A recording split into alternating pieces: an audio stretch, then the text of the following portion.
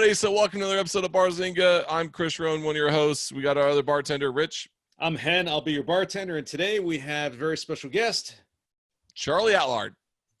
Charlie. Yes. Hello, folks. You might know Charlie from his musical Cosmic Rays, X-Files. Brilliant music, by the way. Brilliant. He worked on a book that you might have missed it if you blinked. It was called Walking Dead. That's right. Yeah. It was something that people were. But Charlie, we're so happy to have you here with us today. That's right. Thank Yep. you, God. It's good to be here. Thank you. Yep. Absolutely. Thank you very much. How are you, Charlie? I'm all right. Thanks. Nice to see you. Yes. Yeah. Somebody got a COVID haircut. Yeah. No kidding. I've had this since. It hasn't been that long, has it? I had this since I was 50, and I'm 53 now. Yeah. Yeah. San Diego Comic-Con 3 years ago. Bloody hell! Right. Okay. Yeah. Wow. Yeah. I like the background there, Rich. I like it. Very nice. Very nice. Thank you very much. I was just telling Chris before you hopped in. I was trying to figure out how to adjust because I'm getting a glare from the light above me, and I'm trying to eliminate the glare off this poster. Right. So, it looks a little. There we go. You need the other LP on the other side now as well. Yeah. I got my CD. Yeah, you need the new LP. I do. I would like to order one of those. I can't tell you, Charlie, how, and I mean this, I was so excited that day when I bought you said, "Oh, I've got the album upstairs. Let me go get it." Because I genuinely love vinyl. I'm cool. old school. Yeah. I was very excited. Oh, wow. Thank you. Yeah, I'll have to send you one. I've got a pile here, so you have to send me your address. Absolutely. I'll put one in the post. All right. Well, give me your PayPal, and I will absolutely get that taken care of. Yeah, brilliant. Yeah. So The question is, though, do you actually play them on old school 70s LP record players, or do you have like some of the new age techno, ones? Well, I've got a pro project. Nice. Not an expensive one. I think it was 300. Well, I say it's not expensive. I think you can get them for like 50 quid, can't you? But I mean, I bought one for. Well, my wife got me one a few years back. That was my first proper turntable from a long time ago. And then there was a fault with it. It was a project one. It was a cheaper one, and we couldn't, for the life of anything, work out what was wrong with it. It kept distorting, and sort of, especially low end stuff. And I kept taking it back to this shop I knew, and they couldn't work it out. So I thought, I've got this. I'll get another one. So I bought a nicer one. No offense to my wife, but I got a nicer one. And then the shop got back in touch a few months after and said, "Oh, the project rep's been up. He reckons it could be the actual stylus," which we didn't really think about, because rarely our styluses faulty. So I gave it back to the shop, and lo and behold, it was the stylus. So I've got a spare turntable now. Wow. I'll never forget growing up Mormon. My dad bought this really expensive turntable. Like it was several $100s for us. Growing up in Wyoming, it was a lot. And I remember my older brother brought home a Beatles record, and my parents were so pissed, right? Because we started playing it, and I was like, "This is the first time I've heard the Beatles," and I'm like just a little kid. Yeah. And I'm just he's got like Janis Joplin, he's got Beatles, Grateful Dead, and he's playing it.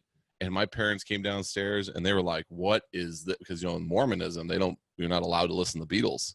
And so, so they were just, so mad. I just remember then years later, once I went in the military and left the religion, and I was like, man, I got to go back and listen to that, because that was just such that sound is still iconic in my head, right? Growing up as a little kid. All right. Wow. Yeah. So hang on. So Mormons aren't they are not allowed to listen to rock music, or just the Beatles? Well, Beatles is like the foundational bar that they've set, and then anything above that, like clearly, like Ozzy, any of the classics. Great, oh yeah, none of that stuff. Jefferson Airplane. Like, I mean, it's pretty hardcore religion. That's why, at 18, I left after I went in the military. You're out of there. Yeah. And went across the pond and lived in Europe for 3 years. I was like, I'm not new. New. No, it was all kinds of just, they just have all kinds of restrictions as that religion. So that's why I'm no longer there. Religious music is there. What was their bar again for what they would let you listen to? It was basically any music that had the undertones weren't any nefarious or any like free speech, any kind of like free thought, any of that free spirited type of music, which clearly is like the vast majority of the 60s and the 70s. Right. They said nope, that's out. You can't listen to that. And they would publish a whole list for parents to like, these are approved, these aren't approved by the church. These are approved, these aren't approved, including movies like rated R movies. Nope. Oh yeah. Nope. PG-13 barely. So. Good God. Yeah. The Osmonds were fine. Yeah. Yeah. They were good. We always had that entire collection. You just had the Osmonds. That was it. That was pretty much it. Yeah. And any Disney type of soundtrack.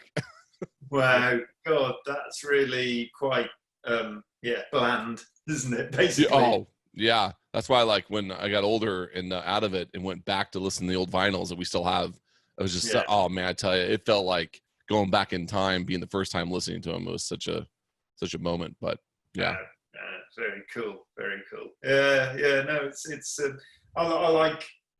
I mean, I'm your typical person of this generation that on the cusp of new technology. CDs came out when I was right around 18 when we were, because you and I are about the same age. I'm 52. Yeah. And I remember buying my first CD. Well, I think I bought the CD player. They'd been out for a little while, but I remember when they first came out, they were relatively expensive. But I think I want to say it was in the 90s, like 94, I think 93 maybe. 30 years ago, something like that. Yeah. Mm-hmm. And foolishly started just replacing all my records. Mm-hmm. Yeah, with CDs, and I'm not a hoarder, he says, with this shelf load of crap behind there. But it's tidy crap. You ain't seen the perimeter outside of this view, my friend. Yeah, you should see my basement. It looks like a shop exploded. Yeah. So I was very much of the sort of one in, one out sort of thing. I didn't want the vinyl and the CD, so I had this nice collection of CDs, and suddenly my vinyl had shrunk from this to literally that. Much to my eternal regret, there's quite a few records that I've bought about 4 times, over the years. Because, sold the original, bought it on another format, and then gone back to vinyl again. Yeah. So, I was going to ask you then, you started replacing your vinyl with CDs. Now, how about when the digital age and MP3s, did you then start building MP3 files? No, that's one thing I never got into. Again, I might be a product of our generation. I don't know. I like the physical. I like owning the physical thing. That's why I've never subscribed, never been a member of iTunes or anything like that. I mean, I got iTunes because I got a bloody Mac. And I do pay ironically, I pay a monthly fee for Apple Music as well. But I use that as like just discovering new music. I'll just look something up, and then I'll go and buy the physical thing. Yeah, I might download it for a bit, or I'll download it so I can play it in the car or something like that. Yeah. I'll definitely go out and buy the LP. It's very rare that I'll just get a single or something like that. I'll always go and get the proper. I think the only thing I get of singles is kind of Northern Soul stuff.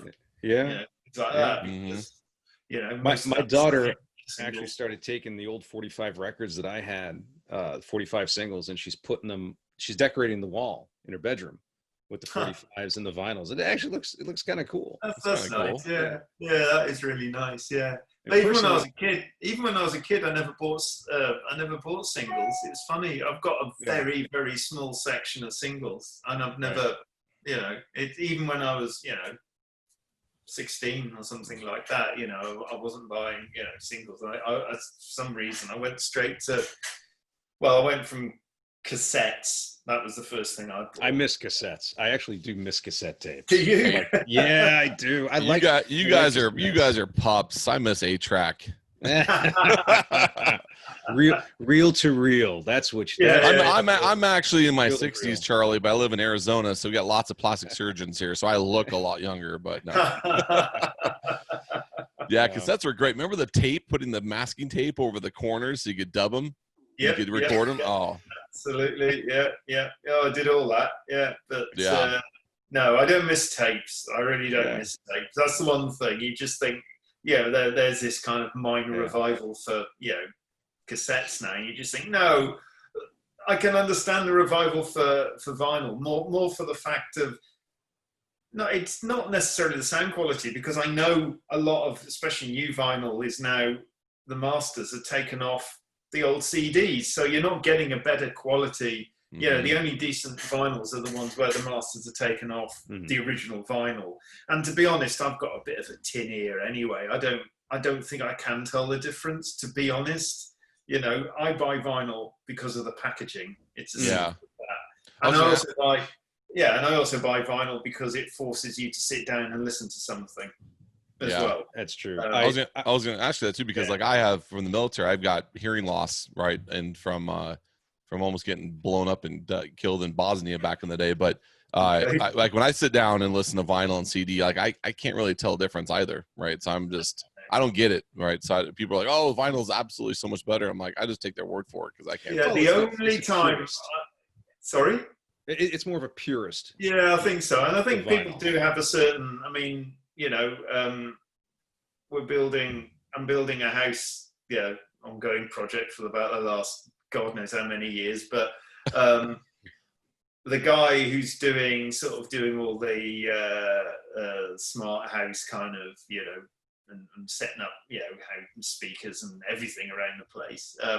He's a complete acoustic nerd, and he can differentiate between different sounds, and I'm sitting there thinking, I can't tell the difference. I honestly can't tell the difference. So that's good when you find people like that who got passion, though. When people have that passion and that little thing that they're really good at, you're good. You're glad to have that person around, right? Oh, absolutely. Well, yeah. At least I know he's giving me the best acoustic job. Yeah, right. I can go around going, oh yeah, this is. Can't you tell the difference? Yeah, the mid versus the high. Look at this. Yeah. Thinking, bullshit detectors going up on you above, but no, I can tell the difference. Yeah, obviously.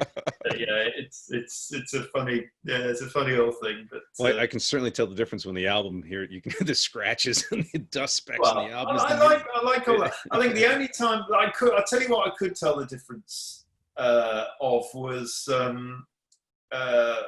Back in the day when it was an album track or a single, even though I didn't have many singles, or the difference between a 12-inch. You could tell the difference if you played the single or the same track on an LP, and then you played the 12-inch version, assuming it was not mixed differently or whatever. That was definitely warmer. That was the only time I went, oh yeah, 12 inches are better, aren't they? Because it makes sense, wider grooves and everything, more space to lay down the stuff. But yeah, anything else, I'm like, maybe whatever. It's like, sounds all right to me. Where do you? Obviously, man, you got so much going on. Where do you find the time to do the music and the art stuff and the family work? I mean, man, you got so much going on. Is it tell us the secret, Charlie. Teach us the way. I don't know. I think I am. I think I'm I'm very organized. I'm a bit OCD actually in my routine and my organization, which helps as kind of being a freelancer. I think you've got to have a slight OCD-ness to be successful in doing something like this, because if you're not, you're just going to fritter away the time. I don't know. I'm very good at blocking my time. It's as simple as that. I block my work time, my creative drawing time or whatever, that's blocked out, and then I'll give myself. I differentiate between weekdays and weekends, even though I work from home. Even in this lockdown situation, it's nice to differentiate, I think, between the weekday and the weekend. So at least you're not driven insane by going, I don't know what bloody day it is, And so I do give myself more free time to do more stuff. Literally, as I was just before I logged into you guys, I was fiddling around on GarageBand on a because that's what we're doing as a band now. We can't rehearse together, so we're doing what all these other bands are doing. Literally just writing songs. Somebody's doing a vocal guide track with a click track and a piano or guitar, sending it to me. I've worked out. I've got some electronic drums, so I've worked out how to link that up to my iPad on GarageBand, and then fiddle around with it, do loads of multi-tracking. It's been a bit of a sort of a fun project to do in the downtime after drawing, But yeah, it's just trying to, I don't know, I just seem to find the time in whatever. I mean, it does help that I'm not doing The Walking Dead anymore. I've definitely got more time, and I've definitely slowed down intentionally, so I can, do more fun stuff, to be honest. Yeah, because that had been a challenge, right, with the time zone difference. Because isn't Kirkman I can't remember, is he in the East Coast or West Coast? I think he's in LA. West Coast now. Yeah, so I mean, I think he's still got a place in Kentucky, but 90% of the time he's in California. So yeah, so it was always slightly frustrating because you'd get you couldn't really communicate on the day. When I'm working, he was asleep, and vice versa. So you'd sort of wake up if you knew you were waiting for a script, you'd get the script in the morning when you woke up. Generally, conversations would happen, sort of evening time if there was a bit of an email conversation or whatever. So it was frustrating because nothing could be done instantly, which was, especially when you're working on something with such tight deadlines as a regular monthly, you kind of, you're always that 12 hours. You've got to give yourself that sort of 12-hour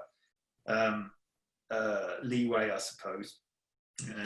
Yeah, I know because I got employees over there in London and over in the West Coast in India. So it's definitely like, I mean, sometimes you got to get on calls at 3 a.m. your time, or they got to get on calls at 3 a.m. their time. So do you guys ever have any of those situations where it's like an emergency script change and Kirkman's like, call Charlie, wake him up, 2 a.m. Get him out of bed now. The phone, nothing. There's no comic emergency enough to phone me at 3 a.m. We need more blood on this page. Bloody wait till the morning to tell me that. Yeah. Now, keeping up that schedule, actually, was one of the questions I was going to ask you, but since you were talking about scheduling, I can't even imagine how grueling, time-consuming, the kinetic pace to keep that schedule monthly, consistently. I'm gonna go and assume that you probably had no time to do any of the projects, that The Walking Dead consumed your life for that period. Am I right? I had time to do other stuff as well. I'm just really good at I've realized, I think the trick of it is organizing your time. I mean, yes, I am fast. I'm a fast drawer, that's for sure. But I can also be incredibly slow. I mean, the stuff I worked on, I'd say incredibly slow. I can go down to average speed. Yeah, your slowness is like okay, that's ridiculously fast, light speed. Yeah, I mean, I did the project I was doing in the latter sort of years of The Walking Dead, which was the Vampire State Building, which was this French graphic novel. I was doing that digitally, and it was the first digital sort of project I'd worked on, like full, big, proper, full length thing. And I mean, that was taking sometimes 2+ days to draw a page. but there again, I was putting so much detail in it because it's bande dessinée, and that's what they like, is the French, is they like all the research, all the backgrounds and everything. And digital stuff doesn't speed me up. In a lot of respects, it actually slows me down, because as many artists state, and I'll say the same thing, the evil thing about digital stuff is the zoom button.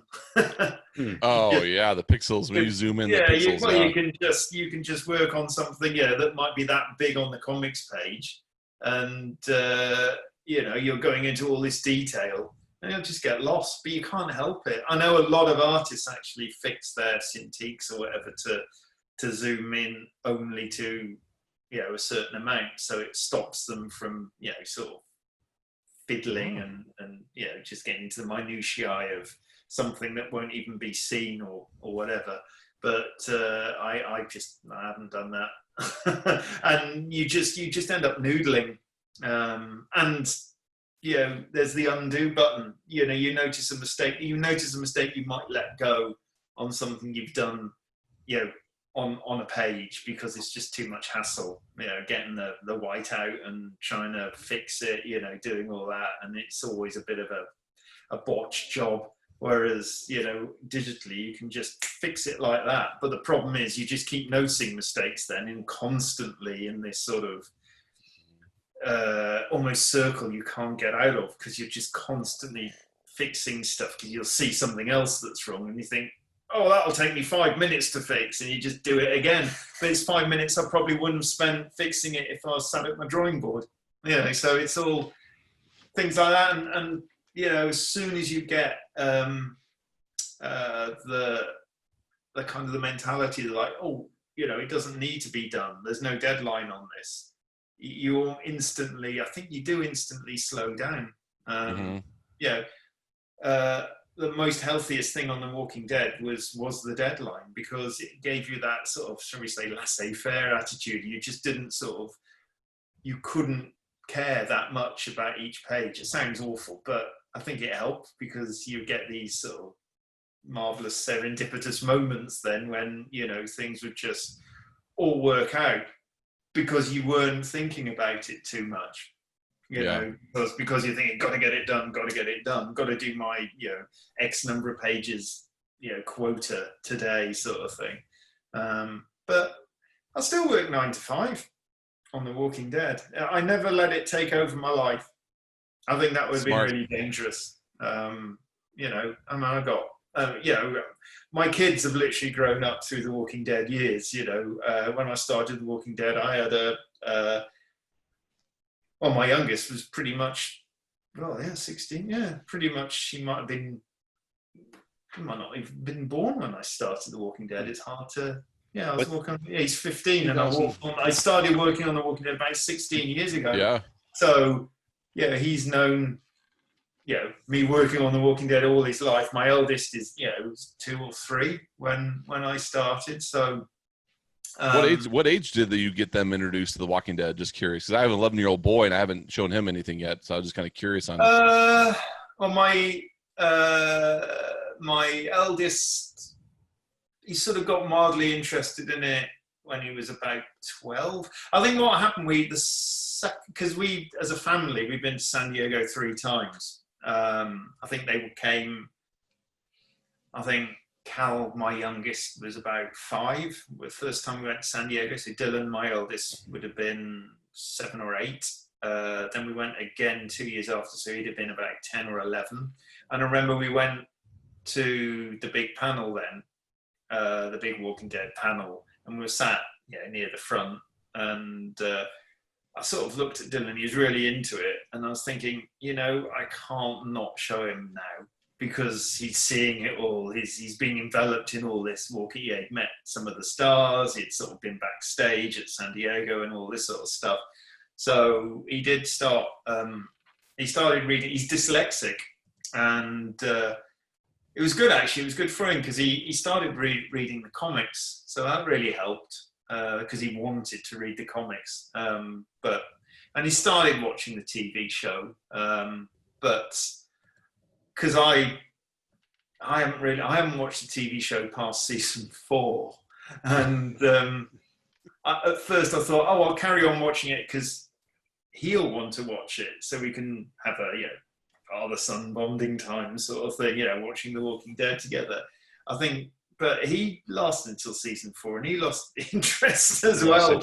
So neither of us watched it in the end, and I think he just became a typical teenager. He's not into comics or anything like that. He's a typical, more your average Fortnite gamer in their gaming. No, he doesn't do Fortnite, but he does. Yeah, he's all over his phone, and he's got a laptop and stuff. My kids too. Yeah. So I just let him go his own way. I wasn't going to force The Walking Dead down him. So so he didn't. My youngest has never really been that interested. He's a big reader, but not. He's more knowledgeable about.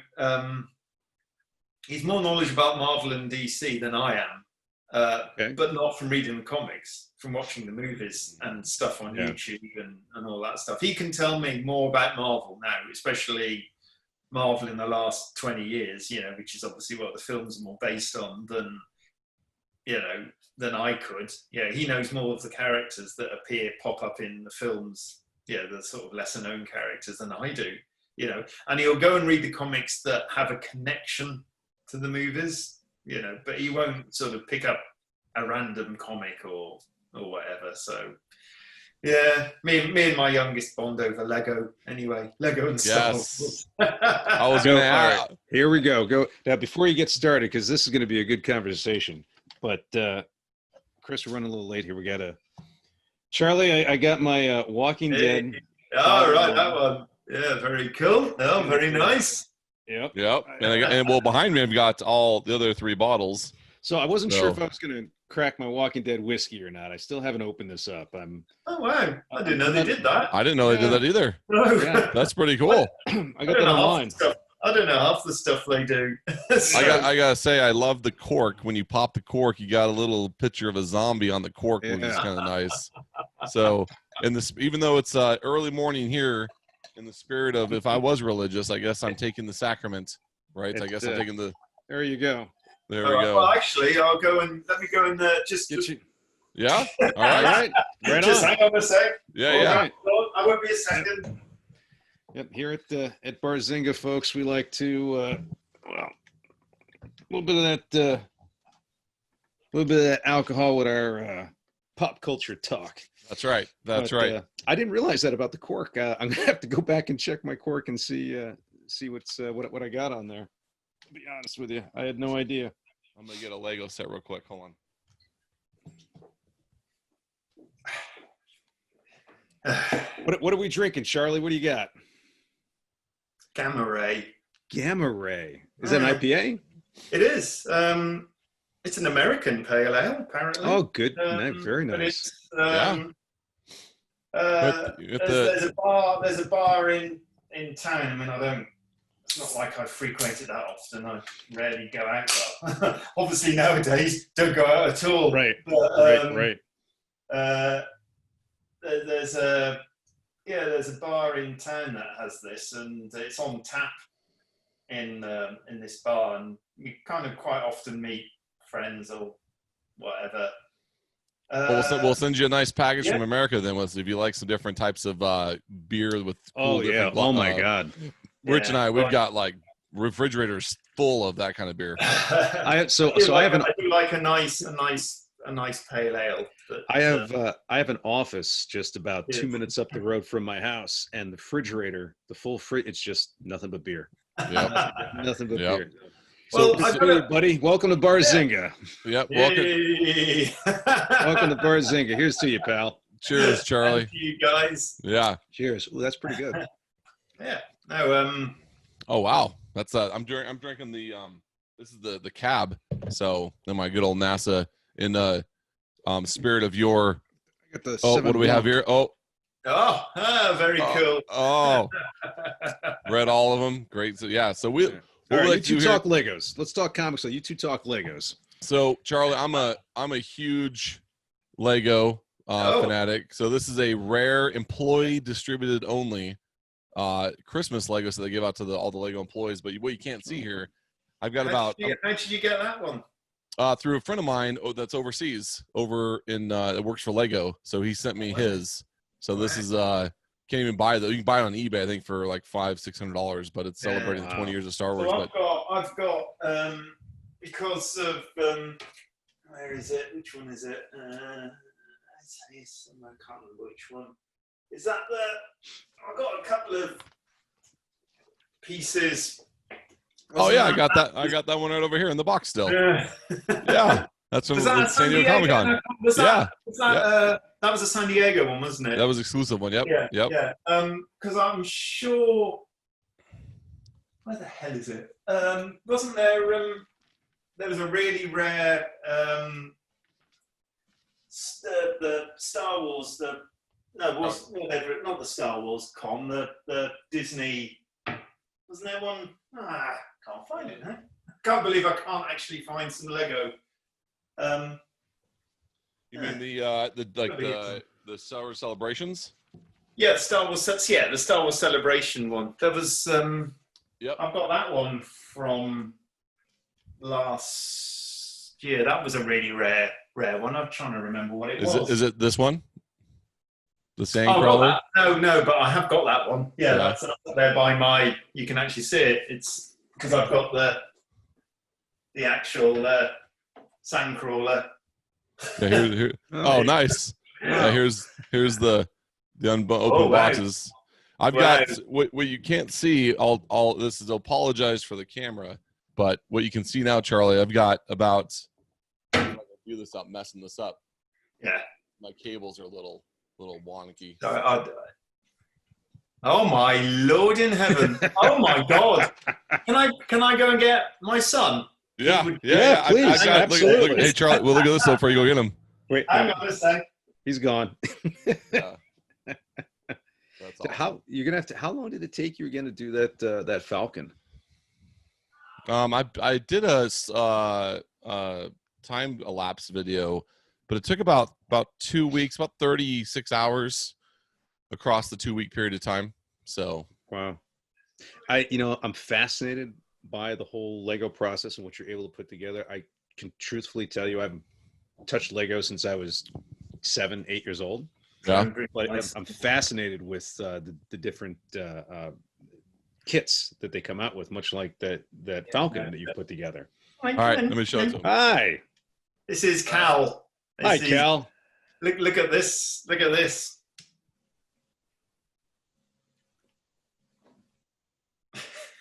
Look at that Falcon. Is that the new Millennium or A-Wing? Yeah. Yeah, that's. You got the new A-Wing. Yeah, I got 293 unopened Star Wars Lego sets. Wow. What? Oh my! Wow. What the hell? Look at this. 2 A-Wings and 2 Tantive 4s as well. Look at this right here. Look at this right here. Let me flip the light around. I can't see. Hold on. My God. So every one of those is unopened What? across all of these, across the whole drawer. So look, I've got all the exclusives up here. Oh yeah. Got the Batman stuff, got the Yoda, right, and then Yeah, behind we me, got the Batman, the Batmobile. That's a nice one. That Yeah. the Batmobile. Oh, you the got Death the Star, Yeah. the Sandcrawler, but yeah, then over here got the Super Star Destroyer all built. Yeah. Got That as well. Yeah, yeah. Yeah, I've got all the UCS. Well, most of the UCS classic Star Wars. Yeah. Stuff. Yep, Yeah. same here. Yeah, if you guys ever need, let me flip this around. Sorry, but if you ever need any of the exclusive stuff, just let me know. Oh well. Well, what do you mean by exclusive? Because we have all the San Diego Comic Con exclusives. Well, let me show you, my dear friend. I was showing your dad this. This is a employee only. The kid is just. I saw that. It is cool. So That we'll is a good one. If you have to be a Lego store employee to get Yeah.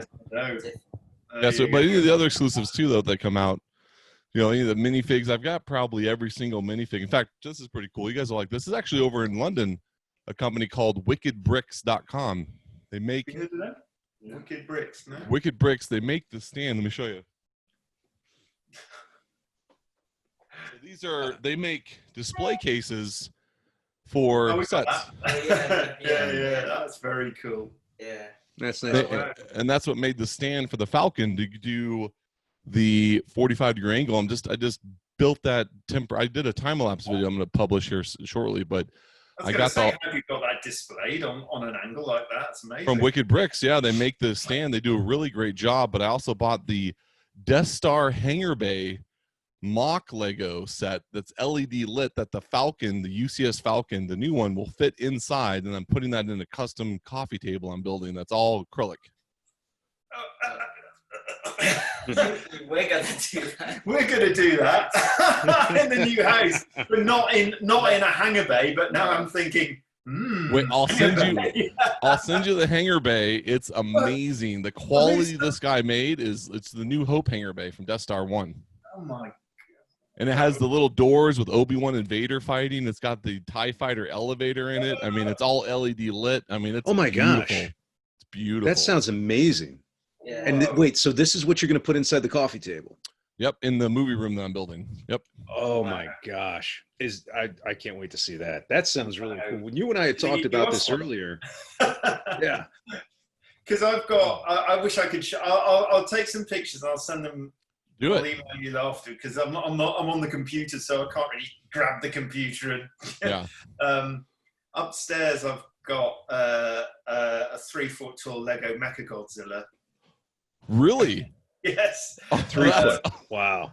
That's bad. That's awesome. Because Sean Kirkham at Skybound, he's the business manager at Skybound. He's a massive Lego fan as well, and he used to know. I think they've left now, annoyingly. The Lego guys in California, the two sort of main Lego guys in California. So we and Cal, we would just say to Sean every San Diego, just get us all the exclusives �2, you know, and he would because he knew the guys, and I'd do the odd cover for them, you know. Yeah. And would you still get them then? I sold. Well, because Robert's bought a lot of pages off me in the past, loads of pages, and he got to the stage. He said, "No, there must be something else we could do, something more special, you know, rather than just giving me a shed load of cash." And Sean knew this guy called Brandon. I can't remember his second name. Brandon somebody who's a Lego sort of fan builder. And and what do you call it? A mockist. There you go. And he did. I said, "Can you get this guy to do a Lego Mechagodzilla?" And bish bash bosh, there it is. And I sold Robert a couple of years ago more artwork. He did me. The same guy did me a Lego Battlestar Galactica. Oh, really? It's about 4 foot long. Oh, that's so. I love Battlestar Galactica. The new one, as opposed to You know, and I was actually just going to ask you: are we talking about new Battlestar? Or are we talking about 1970s? The good one. The good one. Yeah. The one with all the ribs. Yeah, it's lovely. That's amazing. And he even put little LED lights in the engines as well, so you can switch on the FDL drive. Yes, that's awesome. Do you still have that? Do you still have that connection in for you guys, or did Sean leave, or is he still hooking you guys up? No, Sean's still at Skybound, but unfortunately, the Lego guys have gone to pastures new. So we got all the new guys covered. So if you ever need the new stuff, just when we go, Rich and I go literally almost every. He's got the booth, obviously, right? So I get these for my own self. You know, my son and I, same thing. So we'll definitely make sure we'll take care of. Oh, thank you. Well, yeah, if Sean can't. Yeah, if he's unable, because we couldn't get the only thing we couldn't get not this year, last year was the minifigures. None of them were that good. No, they weren't brilliant, were they? But you mean like the Spider-Man one and the Batman? Yeah. Well, say how much you sold your. You put which what you? It was Sheriff Deadpool. I put it on eBay. $600. How many pounds did you get for? I think it was 450 quid. Yep. That would have been 600. Dollars. Yep. Yeah. I had two. I had two of the C3PO 24 karat gold, and that were basically one of 10,000 that are inserted. I had 2 of them, and I sold one for about $600 on eBay. I got the other one, but then just today, before we joined, the fan exclusive C3PO, which only gave out I think like 10, just sold on eBay for like $3,200, and it's in an AFA toy case, and he's like in the middle of it, and I couldn't believe it. I was like, oh my, $3,000, but it's 24 karat gold, right? So it's a plated one. Yeah. It's the really rare one. It's expensive anyway, but Yeah. so That's really cool though. Yeah. So that's I've got, like I said, well, literally above my head, just here. I wish Yeah. I could turn the computer around, but I've got a kind of a Lego display here of basically Imperial forces. So I've got the new Star Destroyer. Yes, I presume you're the same. You bought it twice, like the Millennium Falcon. it's right here. Yeah, it's sitting on the ground in the box, going to be built next. Much like comics, it's one to build, one to keep, and when you buy comics, what was it like? You buy 3, one to read, one to keep, one to sell, right? Yeah. Well, the boxes are so nice, especially all the high-end. They're Lego beautiful. stuff. You do regret The packaging is nice, yes. Yeah. Well, the old Millennium Falcon is just all broken up in the new Millennium Falcon box. Oh. So I've kept that box just so I don't, But yeah, so upstairs I've got my Rebel Alliance, you see. So I've basically done a kind of a Millennium Falcon, but I've done a Hoth. Yeah, because we're all in agreement that's the best bit of Star Wars. Empire Strikes Back. Oh yeah, absolutely. Dude, we should have had Charlie on the Star Wars episode. We did a Star Wars Day episode on May 4th, and we did it with a couple people. We were trying to find people that were connected somehow, but look at that. This is from Shop Disney. This is the exclusive that just came out from Shop Disney on the opening day on May the 4th. Yeah, I was like, the little 40th anniversary picture holder with the Wampa. That's really cool. Isn't that pretty Why cool? don't we sort of like just casually Just kind of holding it up, yeah. Yeah. Yeah. That's awesome, man. I had no idea you guys were big Star Wars Lego fans. That's awesome. Yeah, well, Cal is go get your Razor Crest. Oh yeah. Yeah. Oh, he's got the What's he Razor got? Crest. His building is amazing. Yeah. I mean, he could work well, not just because he's my son. He wants to actually. He would love to work for Lego, but he could be a builder for Lego. His imagination, he can see in 3D something I can't do. I've realised all I can do is see in 2D. I can't do 3D at all. If you sat me down with a bunch of Lego and say build something, I'd be like, Charlie, I'm the same way. I totally agree. Look at this. Cal did this. That's custom built, Mock. Yeah. Yeah. Wow, look at that. That is amazing. Yeah. Look at the dude. You got the Cal, hold that closer to the camera. Look at that. Dude, you got the proportions, the everything. Looking at the schematics wow. on pictures, and I was just scaling it down, but we've obviously just. Yeah, you got the making of a Lego Master there, my friend. Absolutely. That's absolutely. I thought you were going to say that you got the Razor Crest early because I pre-ordered mine on Lego. No. It does his own stuff. This is the base that it clips onto, and it's like I don't know what the planet's called, but it's the lava one. Oh yeah. Episode, and this is the child in his little pot. So the green is him. Yeah. And this is the Mandalorian. Look at that. All the lava and stuff. Dude, that is amazing. Cal, hold that just a little closer to the camera. I want to see the detail of the character. Yep. Yeah, that's Look awesome. At that. Look You've at got that. skill, kid. You've got skill. Yeah. Yep. So Wow. Cal, did you and your dad watch the Lego Master series? Did you watch that one? Well, we haven't seen the American one. We've seen because there's obviously been a couple of British ones already. Yeah. There's been 2. It came out in Britain before. Yeah. Yep. Yeah. The new US one. There's a Star Wars one. You guys are gonna love. Is there? Oh, it is. There must be a way of seeing that. I don't. What channel was it on in the States? It's well, I do all mine online, so I think it's it was on EBC, I think, but it's not. Yeah, I'll send you. I have a Plex media server, so I have all the episodes. I'll just send you my link, and you just connect right to my media server that's here in my house and just stream it from here. But Yeah, it's yeah. it's awesome though. You guys are gonna love it, especially the Star Wars one. They have C-3PO and all that come out, so it's really good. I want to just like build a chair. Yeah, That was the exactly. first one. I remember that. To build a chair and sit on it. I know, Yeah. Build a big Star Wars one. Yeah. Yeah, that's what we got. Well, it was all a bit, because it's obviously they've got to appeal to as broad an audience as possible, haven't they? So it's kind of scale. A lot of it is with the master builders, isn't it? Rather than doing really nice pieces like this. And then I know in the American one there's no children, but in the British one it's like 50% children, 50% adults. Oh, that's cool. Yeah. And actually the last season there was a couple of little kids that got really far as well. Yeah. They had a really good imagination. Wasn't the person who won the kid in the wheelchair and his dad or something? Yeah. Well, he was sort of your age, wasn't he? He was like a teenager or whatever. But I'll have to check that out. That's pretty cool. That was pretty nice. Yeah, it was good. Yeah, same with me. It's like when my kid was my son Aiden was born, every single month I'd buy 2 Lego sets at the Lego store at the mall.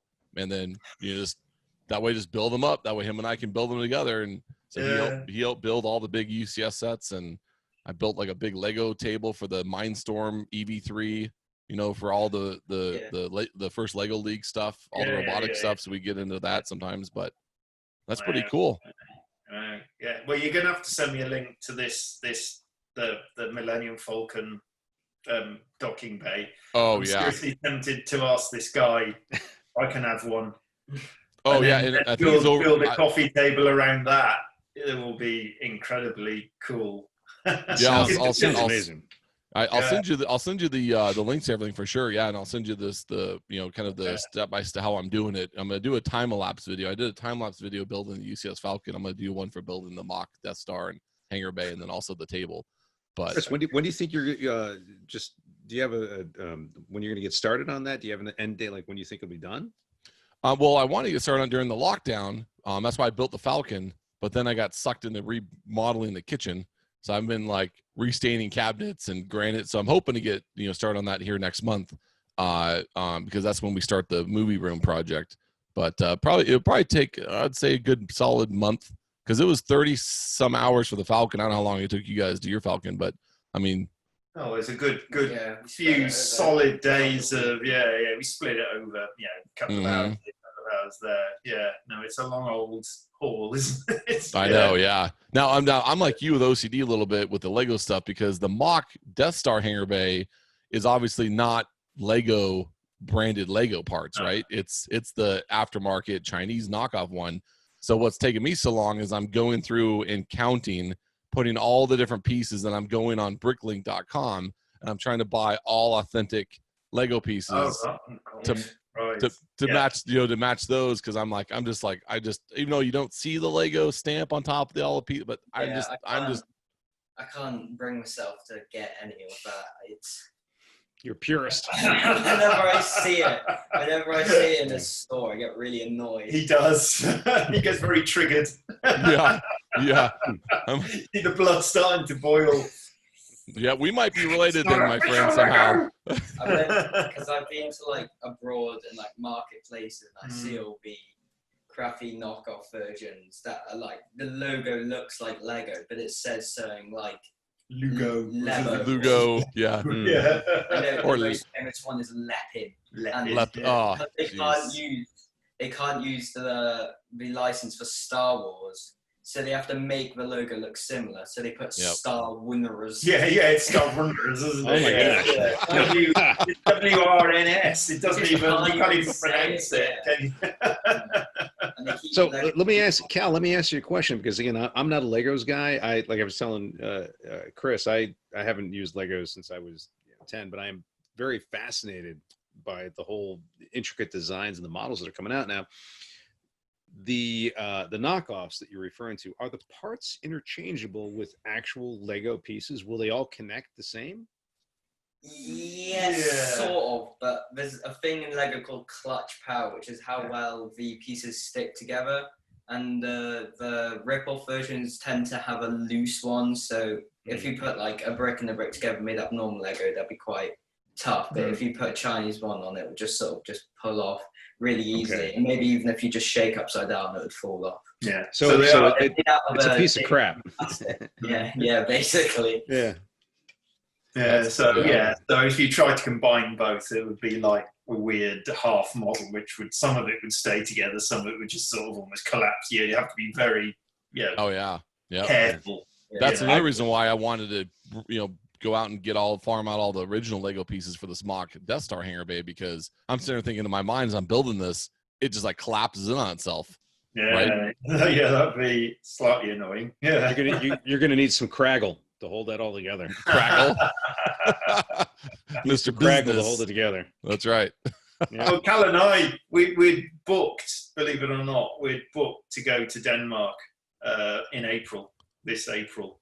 Yeah. Obviously, we didn't go. Yeah, right. But annoyingly, just to go to Billund. We weren't even interested in going to Legoland itself. We just wanted to go to the Lego house. Yeah. That's where I'm to. It's funny you mention that, because my son and I asked him as a father-son trip. I said, I've been all over the world, lived in Europe forever, right? So I told him, I said, I want to take you on a trip overseas. So if you had one place to go, where would you want to go? He's like, London. I love London. I want to go to London. So I'm like, okay. So what we just found out, we're from our lineage. We thought we're from Germany, but we're actually from Norway. So I'm like, let's go to London and make a trip up, and let's go to the Lego store, like the Lego headquarters, right? And do a tour of the vault. I've always wanted to go to the vault. Yeah. Wait, stop. Tell me about the vault. What is the vault? The vault is at the headquarters of Lego. They have every single Lego set ever produced by Lego in the vault, right? So all the way back to the beginning. And so they've got one of everything, right? Yeah. And so you can go down there and they'll give you a tour, and you can take the boxes out, you can look at them, and then they give you, I think they still do this, you tell me if I'm wrong, but if you're there, they give you a special Lego set that you can only get if you take the tour of the Lego headquarters. It changes every year. What they give you. Yeah. Yeah. Well, they just put online that you can buy online the dinosaurs. The Lego house that were exclusive to the Lego house set, and for free in the dinosaurs, and I bought the dinosaur ones. Oh, that's awesome. Yeah. That's not the Lego Idea ones, right? It's different ones? No, these are the ones that were only exclusive to the Lego house. You know, in the Lego house, they've got the 3 dinosaurs made out of Duplo, System, and Technic, and it's micro-scale versions of that. Oh, that's pretty cool. And you can buy them on Lego.com for a limited time, but I don't know if it ever happened in the US, because I've never heard anyone else talking about it. No, it might be it. I think it's because it's in Europe. Yeah, it'll be Europe thing. Yeah. That's pretty cool. Annoyingly, the Lego house is out of stock. I was going to buy that for Architect. But we have a super rare preliminary one. We do. We have this. You do? Yeah. Before it even was like open. Where did we get that from? Someone gave it to you. Yes. Oh yeah, literally somebody just gave it to me. Really? Yeah. So that's the prelim one. Before it was even. Oh yeah. A little closer. Like super exclusive. So I mean, it doesn't look like, if people didn't know what it was, it just looks like a collection of bricks, doesn't it? Yeah. But, that's obviously the design of the office without a giant Lego figure on top. But that's awesome. That's pretty cool. Yeah. Kindred spirits. Yeah. Cal, were you able to get the Sith Trooper Lego head bust, the San Diego exclusive Comic-Con one from this last year? Yeah, I have that, yeah. Nice. Yes. No, we've got all the exclusives. Just the only thing we ever missed out on was literally last year, the minifigures, because the Sean's contacts had sort of gone. So I mean, he was able to get the other exclusives, just not those, unfortunately. Yeah. You never got the Darth Vader bust though, because you have to win a competition to get that. Oh right. Oh. Pace You mean I got wait a minute. You mean hold on. Wait a minute. Hold on. Oh, God. See, now he's just showing off.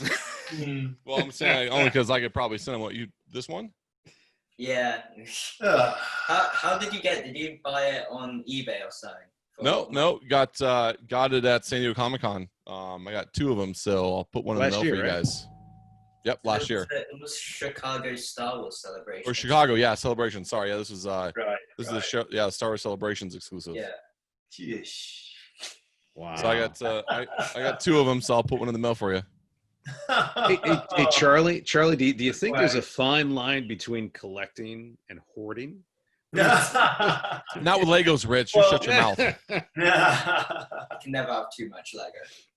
Yeah, well, that's what I'd say. My wife disagrees, but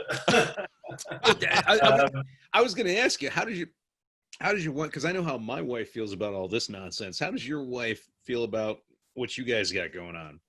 Does she tolerate it? Is that what or is she just? well, I do. Thankfully, have my own space, so you can't really argue with what I do in my own studio.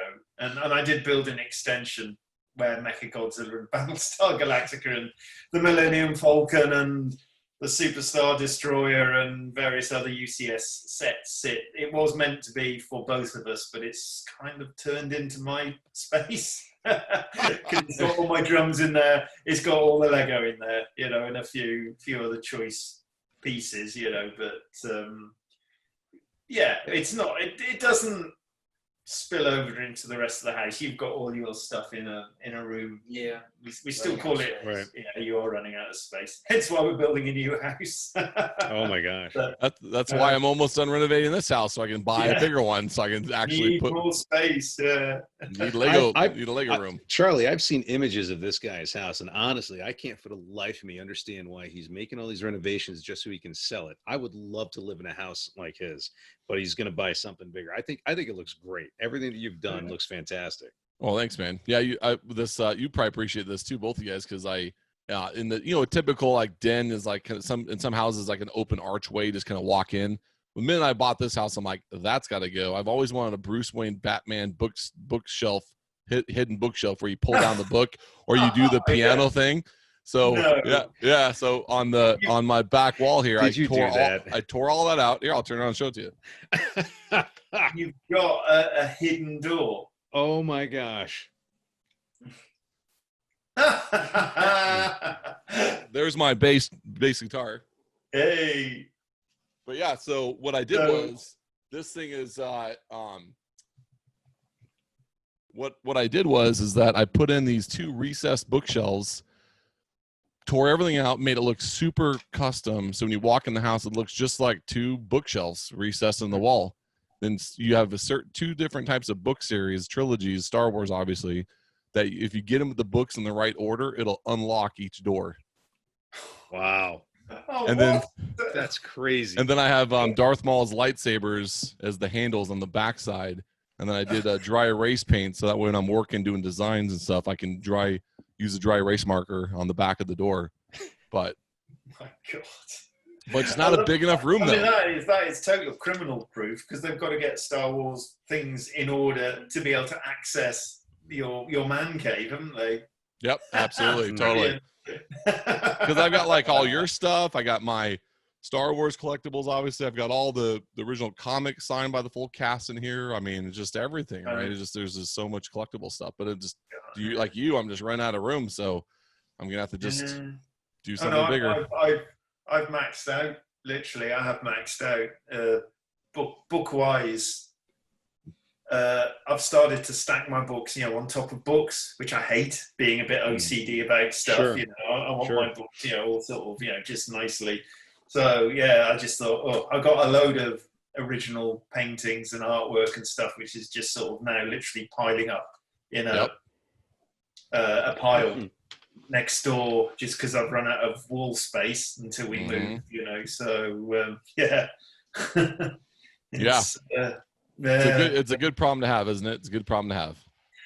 Yes, it is indeed. Yes. It's I've been in, so I have several, very fortunate to say that I have several friends who are connected in the industry or are famous within their own rights for what they've done in their field. And, I've been in Harlan Ellison's house. I was friends with Harlan and his wife, and he is this the house is, I've been there. It's amazing. It is. And Chris hasn't even seen all of it. Mm-hmm. So Harlan Ellison's house, Doug Mensch's house, he's got this beautiful library, absolutely stunning. Harlan had books that ran, like, he had these little bookshelves that crested the ceiling, and that's where we'd keep all the paperbacks, right? Yeah. So all the paperbacks would be there in these bookshelves, and then he has another book, and then he has the spiral staircase that goes up into another library.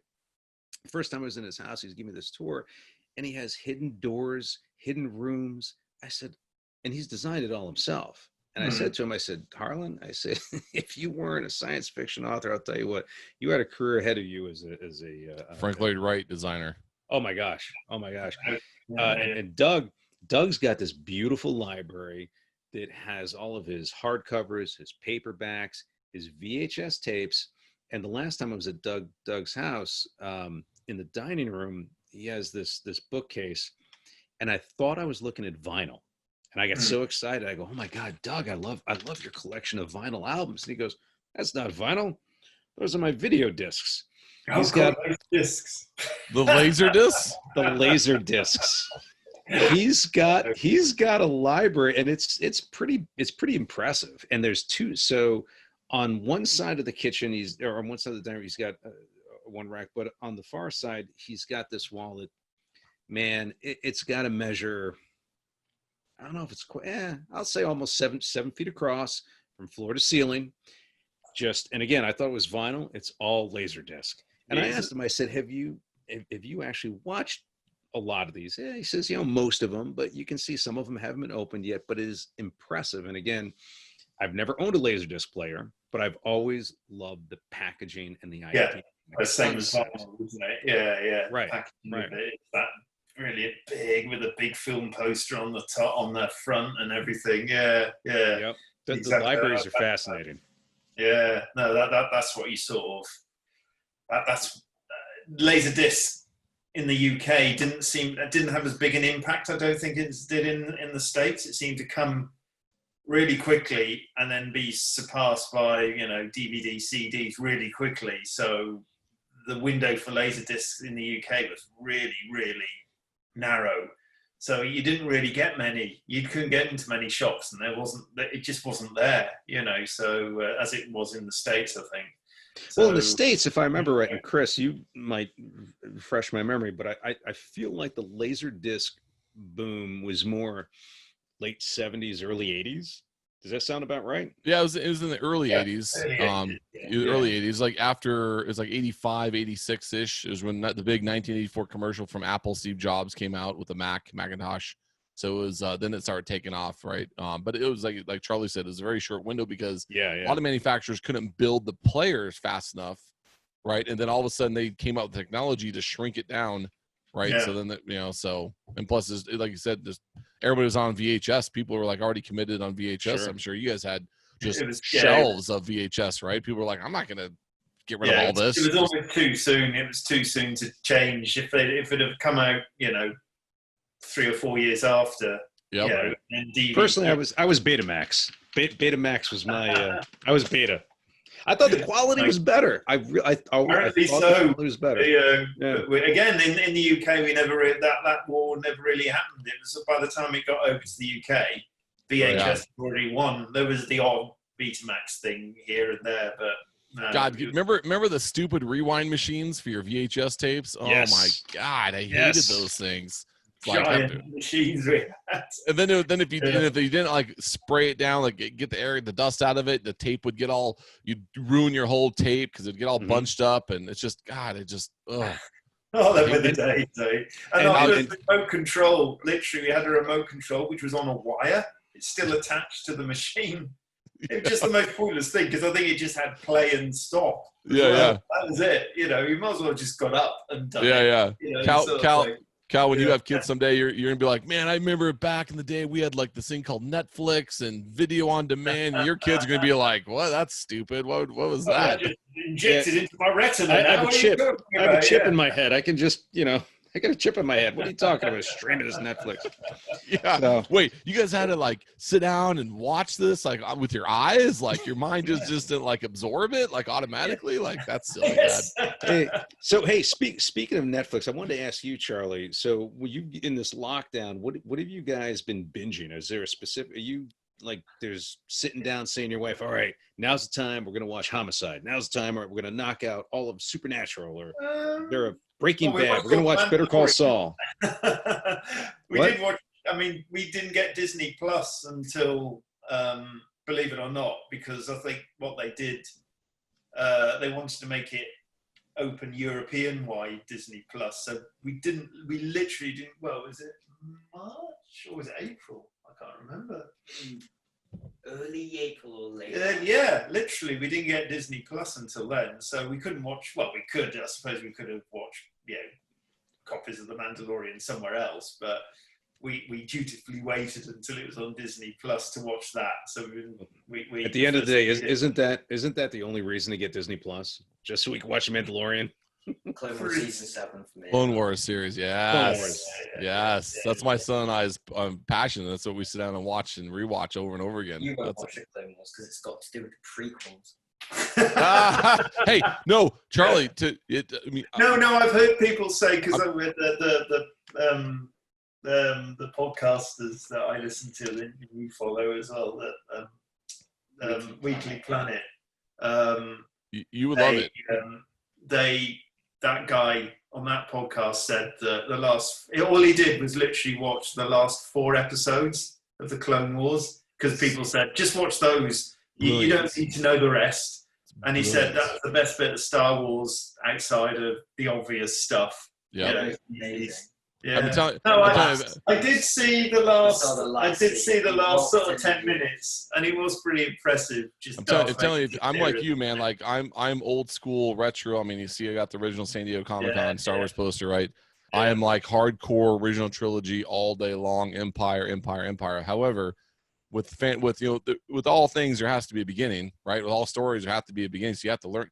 So I kind of appreciate the prequels now because of the, how the story is trying to tell about Anakin. And after watching Dave Filoni speak at the roundtable with Jon Favreau and the rest of the directors on The Mandalorian, and he gave that speech of Anakin and he went on that rant for 15, 20 minutes of Anakin.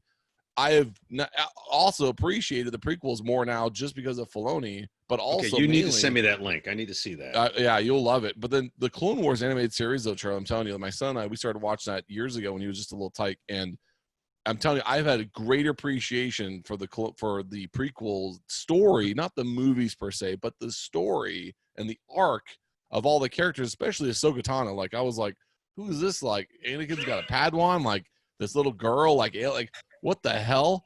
And then after the story started developing, I'm telling you, Filoni and Lucas took the time, and the writers and the folks that did the artwork, the animation, I'm telling you, it's amazing. You'll love it. I'm telling you, if you love original Star Wars, this will fill the void of you being pissed off like me about the prequels. Well, we did watch all of Rebels. Okay, cool. Rebels. I mean, I really enjoyed Rebels. Yeah. And we have started watching The Resistance, but it's a bloody hard one to get into. Yeah, I'm like you. Yeah, don't you think? It's just slow. There's nothing that's happening in it. They seem to be stuck on this place, and they don't. It just seems. I know people are saying, "Oh, it's a bit kiddified," and you kind of think. But even if it's kiddified, it's like it just seems quite dull. Yeah, I love the design of it. I prefer watching it. I think I prefer that sort of flat 2D computer animation as opposed to the more smooth. There's more life to it, I think, and I do prefer the colours and the design. But yeah, it's not exactly making me think, "Oh, I've got to watch another episode of The Resistance." Yeah.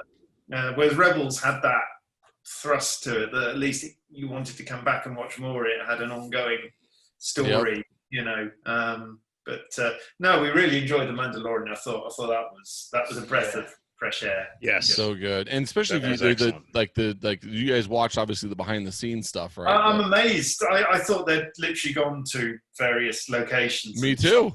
Yeah. It's unbelievable. Rich, they've ditched blue and green screens, and they've got LED floor to ceiling panel, kind of like a circumference, like a half circumference of a sphere is a wall, and it's a live LED wall.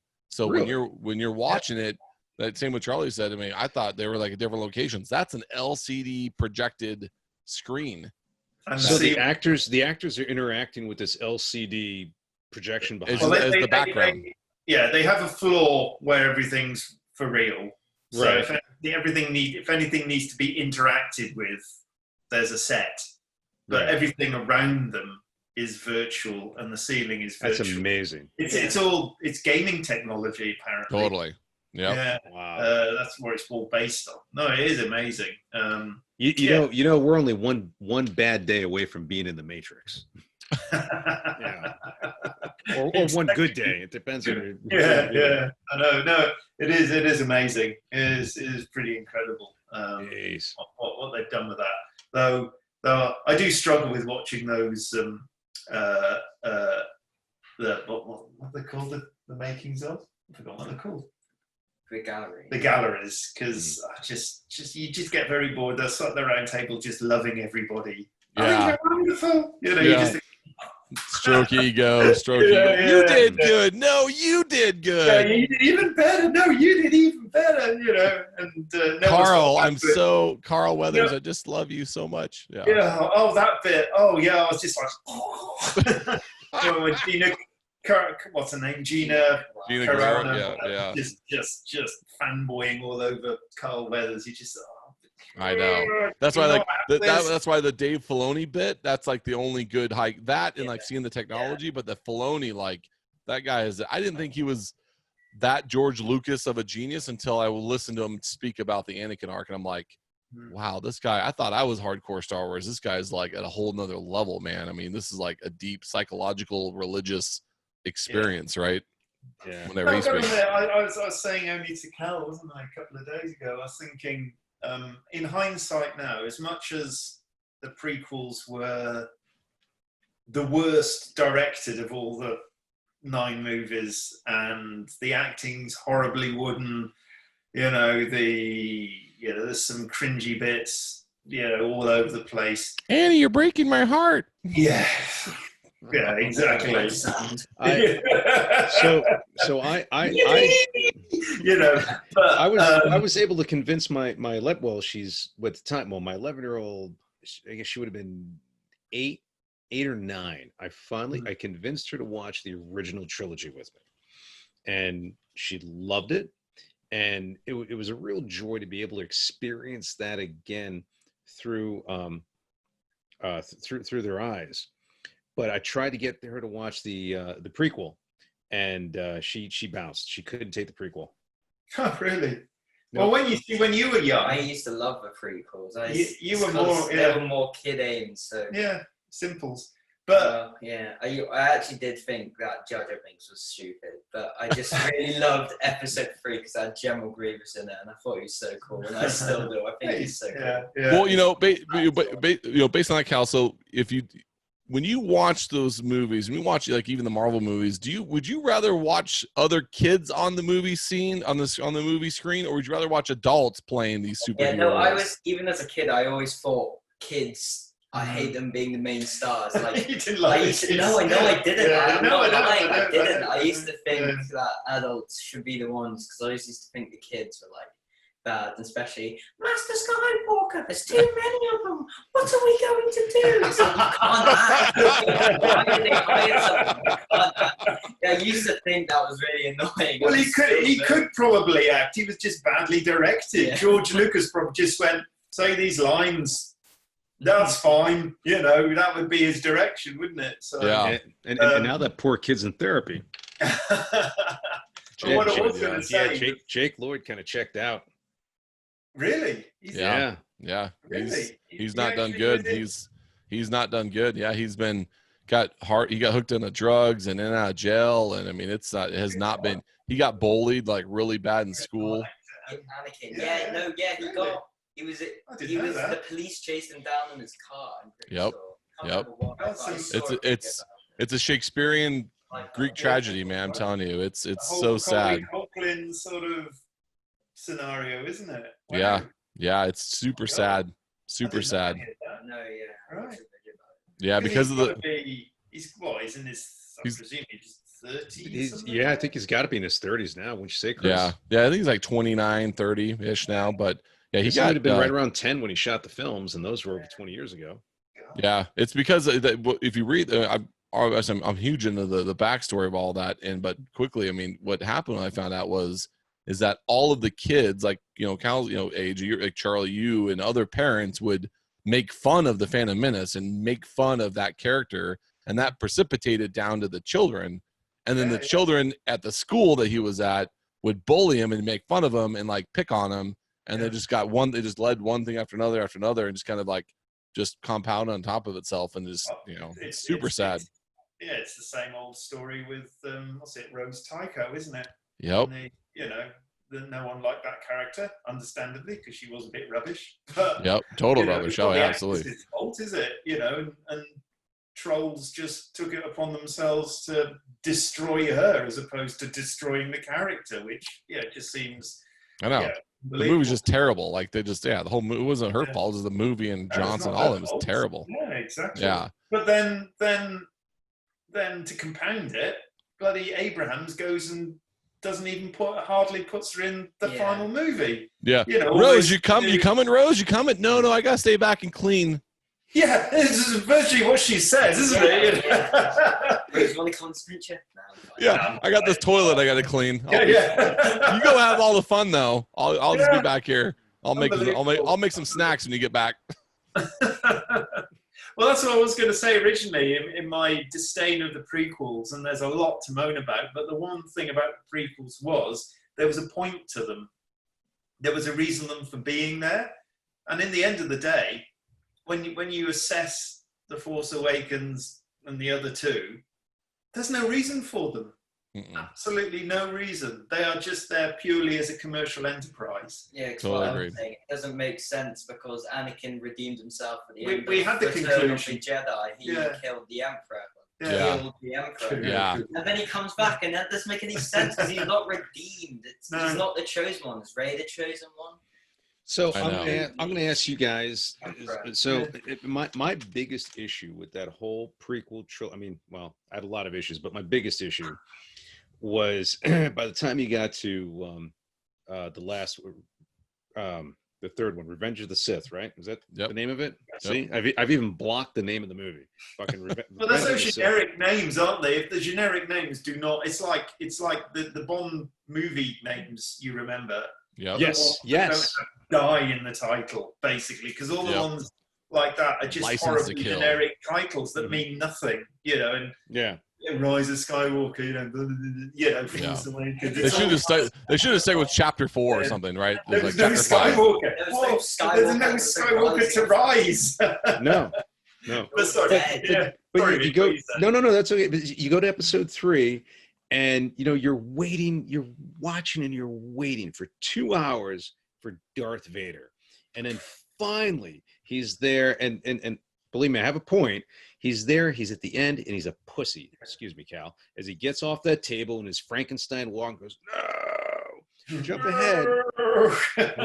Rogue One. I love Rogue One, but the thing I like the most about Rogue One was those last 7 minutes. And I said, why couldn't the last hour of Rise of Skywalker been this?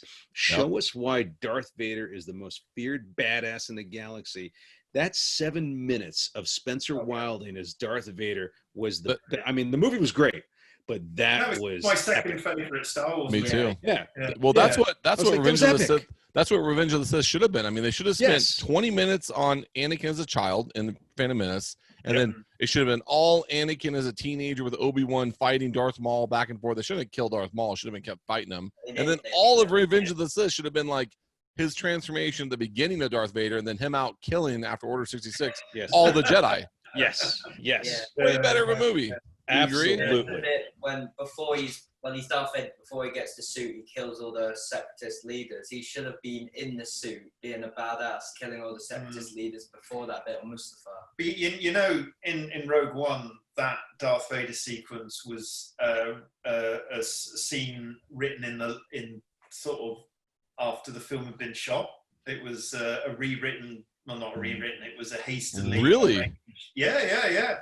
That bit wasn't even in the original script because. No kidding. Because Duncan Fegredo, he was doing storyboards for about a month on Rogue One, so he's got a few little insights into the problems. Because it was a really problematical movie, Rogue One. Gareth Edwards had a really bad time on it, and it's amazing how it came out, so well. I thought it was awesome. It was a fantastic the Darth film. Vader thing was a rewrite, right at the last minute when they were going back for reshoots and stuff to try and fix the movie. So the best bit in the whole film, and I think it's a great film. And I think all the stuff on the last. However long, what's the planet called at the end? Scarif. All that is just incredibly tense. It's really for sure. thrilling and exciting. Yeah. And to cap it with Darth Vader doing that at the end, you're just like, you're on the edge of your seat going, absolutely. It's like directly amazing. Did you guys ever watch that young girl's reaction to the end of Rogue One? It's on YouTube. It's got like 14 million views. It's hilarious. She's like bawling, like crying, right? And then like Darth Vader shows him. She's got this pillow, and I'll send you the link. It's absolutely I have to see the best fan reaction to Rogue One I've ever seen. I mean, it's epic. She's like, and then when Leia shows up, and then she loses it. When she sees Princess Leia, she is like full on waterworks, bawling. I mean, I remember turning to you in the cinema and just going, "Wow!" at the end of it, Star Wars is finally back. Yes. Well, I mean, as a father-son thing, I mean, I'm with you, man. 'Cause I had my son with me too when we watched it, and he was like, I think 9 when it came out, and I'm just looking at him, and he's just like, he looks up at me, he's like, "Yeah, that's way better, Dad. I like that movie. That was awesome." Yeah, such a great moment. It was an incredible bit of cinema. Yeah.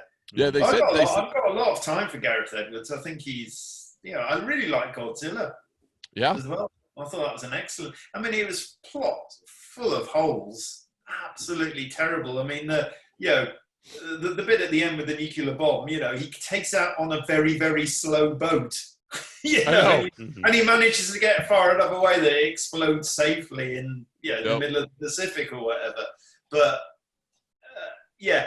apart from things like that, I think they got Godzilla and everything just pitch perfect. And I even quite like the Mutos as well. And it was done really well. And the way he kept not showing us Godzilla as well, which I thought was a really genius move, especially the bit where they're about to fight and the doors just close. Yes, and you're like, yes. And you do think, yes, because you build up to the big ending, you're just so desperate to see big ass monsters just. I remember being so frustrated watching that in the theater, and I've noticed this is the exact scene you're talking about, Charlie, with those doors shut, and I'm like, what are they doing? And you don't even see the Las Vegas bit. You just see the aftermath. You just see the destruction of the thing. Yeah, the bit on the train. Just destroying the train, but you don't. And that's the Mutos destroying the train. Mutos is, that's where Godzilla comes in. That's the first. Oh, yeah. Well, did you guys like Pacific Rim then? Did you guys like those movies? I like the first one. The second one's absolutely atrocious. No, the first one's great. The first one is good. I love the designs of the kaiju and stuff. I think they're really well done. Yeah. The first one was Charlie, the guy from from Sons of Anarchy. Yep. Yeah. He did a good job. Yeah. So if you had, what's your reaction then to Taika Waititi, being the new director for the Old Republic movie trilogy that might be coming out? The Old Republic one. Well, that's if he keeps the job, obviously. To start. Yeah, because Kathleen Kennedy's fired more directors than she's kept, hasn't she? So don't even get me started on that, man. I just got out of therapy because of her. Slowly I turned, step by step. How many directors she got through? Yeah. So hopefully, if he does keep it, I mean, what? I'll be over the moon because I think you could tell that final episode of The Mandalorian was directed by Taika Waititi. That bit where the two biker. Oh, wasn't that the right? Yeah, where he punches the baby Yoda. They're just trying to shoot that. I'm laughing, but I'm mortified at the same time. I'm like, don't punch Baby Yoda. What's wrong with you, dude? I know my girlfriend's sitting next to me on the couch. We watched it the first time. She's like screaming at the TV. She's like, "Don't you touch that baby again. But you could just tell he directed. I don't think if he brings that sensibility to no, he's great. I mean, I thought Ragnarok's one of my favorite Marvel movies. By far. I agree with you. I can never get tired of I think I've seen Ragnarok. Jeff Goldblum, though, come on. Times. Can't get. I mean, come on, you can't hate that guy. So, Charlie, if you had, so let's say Tycho comes to you and says, "All right, Charlie, we're gonna team up. I need you to help me design the storyboards and some. I need you to help me with the story on this." What, being a fan obviously of Star Wars and the original trilogy and Legos and everything, obviously the Walking Dead, the zombies, clearly. What would you do? What would be your spin at an Old Republic story visually? The New Republic now, haven't they? They call it the New Republic to the old. No, not the New. Wait, what's it called? The High Republic. High Republic. High Republic. They changed it because the Old Republic isn't canon anymore. Yeah, I saw that. I would seriously consider it, but yeah, it's. But what would you do? What would I do? Yeah, you would. Point at the time, there's no Sith because they've been gone for decades. That's what. Yeah, the hundreds of years. Yeah. Right. Okay. Zombies, maybe zombies in Star Wars. But it's a crime syndicate is the the opposing force. What I like about working within the Star Wars universe is someone like Glyn Dillon can ascend to costume designer, basically, isn't he? Like principal, he's there. His name is in the not the opening credits, but the main credits and stuff. And you think, well, Glyn Dillon's never really shown in his career a kind of penchant for science fiction or design or anything like that. Yet he's doing this, So it's kind of, because I would say the same thing. I've never demonstrated in my career a kind of a particular skill at, shall we say, designing costumes or spaceships or whatever. But if Glyn could ascend to that level, and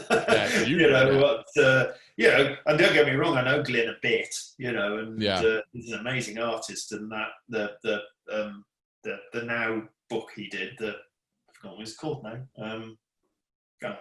Anyway, it's amazing, but it doesn't demonstrate. It doesn't show to me. It goes, oh yeah, this guy's obviously going to be, principal guy, working on Star Wars movies, But it sort of makes you think, not anyone can do it, but anyone is. Sorry, the sunlight is glinting off my drawing board.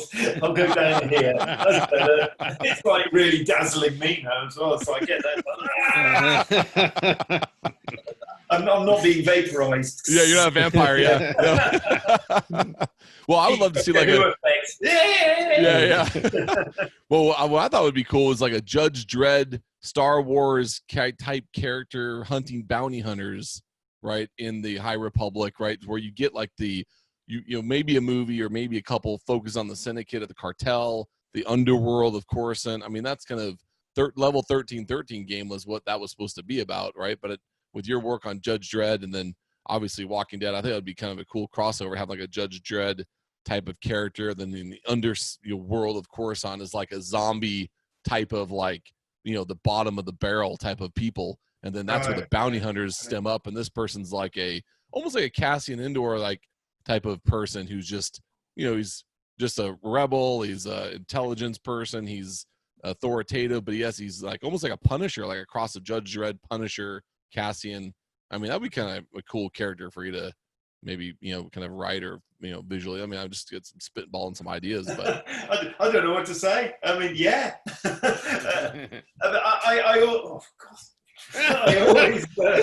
I always say, I'm blind. Yes, I always say that people ask me when, what are you going to do next, or what would you like to do next, or what character would you want to work on next? I would say, well, something I've created myself. Why would I want to work on somebody else's character? Right. So it's. I'm in a privileged position to be able to say that. I've got to admit, not everyone is lucky enough to be able to say that, obviously. But yeah, and it's kind of working in movies for that reason. Working in movies doesn't actually interest me that much, just because why would I want to work for, it'll still, if it was Star Wars, for instance, you're still working for a committee, no matter who was directing it. You're still working for, or should we say, the men in suits. Taika Waititi, for instance, might be the guy that might have final say, but it's still got to go, to various other levels, and it has to be approved, and you've got to, whereas obviously working in comics, doing your own thing, the only other person that might have a moan about what you're doing is your writer, and that's it. It's just two of you basically working on something. And well, like Negan, right? Because Negan was like your iconic vision, right? Wasn't he? That was your vision, right, of how Negan looked in the comics of Walking Dead? Well, it was a bit of both. I mean, yeah. By default, I designed him. I know that sounds a bit weird to say that, but Robert asked for 6. Those covers, when Negan was introduced, I did a series of 6 covers of the Saviors. And yeah, that one. And that just happened to be one of them. And Robert said, let's use that guy as Negan. So I suppose you could say I designed him. But Robert, I mean, he already described a guy with a baseball bat with barbed wire around it. So that was actually one of the things that a buddy of mine. So we had some questions we'll get to later from a couple people that had submitted. That was one of the questions about. We are recording, aren't we? It hasn't just been a chat. Oh, we gotta start all over. Shite! Holy shite! All right, so I done mess. We're ready to start the. No, actually, that actually was one of the questions about Negan's iconic look. I actually had, and again, getting to Negan, I had 4. First thoughts. I had 4 first thoughts. So I'll go on to one at a time. 4 first thoughts. 4 first thoughts. So first thoughts when you saw Jeffrey Negan as Jeffrey Negan. Oh my gosh, Jeffrey Dean Morgan as Negan. When you saw him as that character come to life from the page, what was your first thought when you saw him and you went, I thought it was a good choice. He's got the right smile. I think he's a bit too wiry for Negan. Because he's not the most well-built guy in the world. But I think this is coming from a man that's hardly seen him as Negan. Yeah, because I only went up to season 4. But just the tiny bits I've seen, I think he's a good choice. No, definitely, because I think he's got the right attitude, shall we say, and the smile works. Definitely. But I do find it ironic that David Morrissey is the governor. I drew the governor with a beard and a moustache, and he's clean shaven. And then Jeffrey Dean Morgan comes along. He's got like my sort of stubbly beard. And yet Negan in the strip was always clean shaven. Mm-hmm. What is it? Why can't I just go with what I've drawn? Who's shaving? Who's having time to shave right now? Come on. We're in the apocalypse, for crying out loud.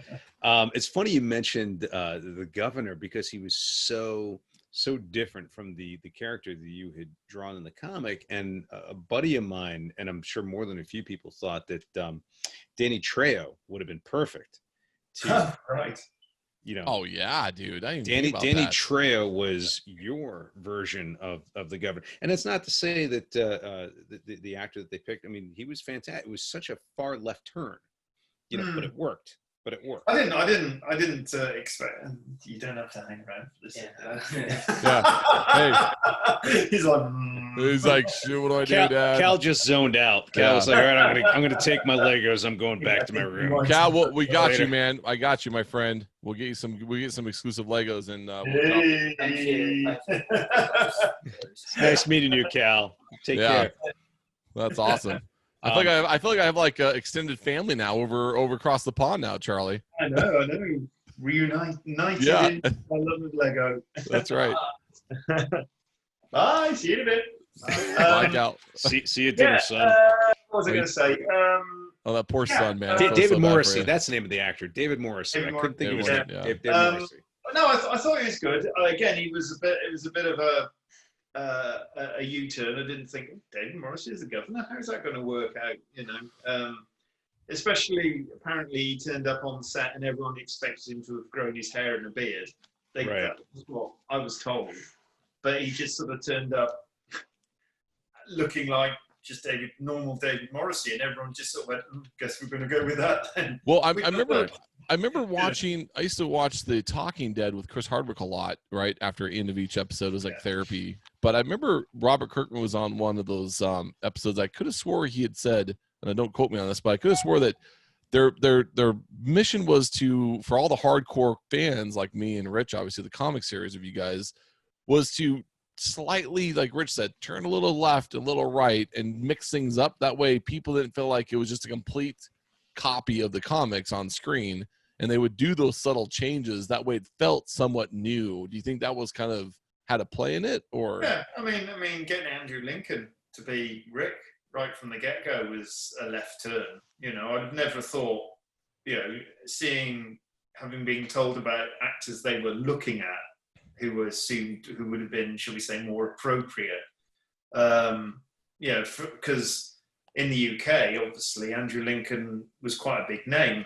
I think pretty much he was only known for Love Actually in the States, but he was quite known for playing that kind of character in the UK. He was in a couple of major TV series over the years prior to The Walking Dead, and his characters were always that sort of, you know, slightly middle class Englishman, a bit, you know, not Hugh Granty, but leaning towards that sort of character rather than, you know, he never played a tough guy or anything like that. So I do remember thinking, actually, Lincoln is Rick. That's a bit, you know.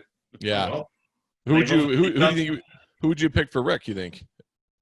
To be honest, I was told who they'd looked at, and you know, there would have been actors I can't really say because I'm not sure if I should. You know, I don't know if it's still secret or whatever, or those actors might, you know, get annoyed that I gotcha. Or they might have been suggested but never auditioned. I don't know, but there were certain, you know, and they were just more appropriate. I suppose I'd have gone for a more cliched. I can't think of names. Genuinely can't think of names, but I'd have probably gone for more cliched, slightly more action movie type star who, you know, obviously just proven himself within that genre. But I suppose that's why we have casting directors and people like that can see past that and get more interesting people. You know, and look what he's done with the character. Oh, yeah, he did a fantastic job. Yeah. He did a great job. He really did. You know, he is within, you know, the first season, he was Rick. I couldn't think of anyone else playing him by that time. He was amazing. You know, and same with David Morrissey. I think he played the governor really well. He still played the governor as the character, and in the end, that's the most important thing. Agreed. You know, I always thought, how do you out-governor the? I mean, the governor was such a great villain. You guys constructed such an awesome, iconic character, and then by the time you get to Negan, it's like, I mean, I thought, how do you outdo the governor? Holy shit! We definitely outdid the governor. Yeah. Now, well, how do you outdo Negan? Well, you outdo the governor by creating a more complex character, don't you? Basically, You do.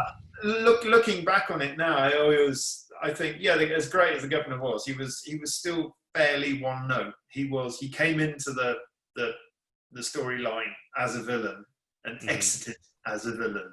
There was no deviation. There was no complexity to. There's no redemption of that character at all. He was bad all the way through. There was no. Except for that one iconic scene when you see his daughter for the first time. Yes. Right. Yes. I saw that, and then I humanized humanity. Yes, it did. It absolutely did. There was that iconic moment where he's sitting in the and it translates not just from the comic but also the screen.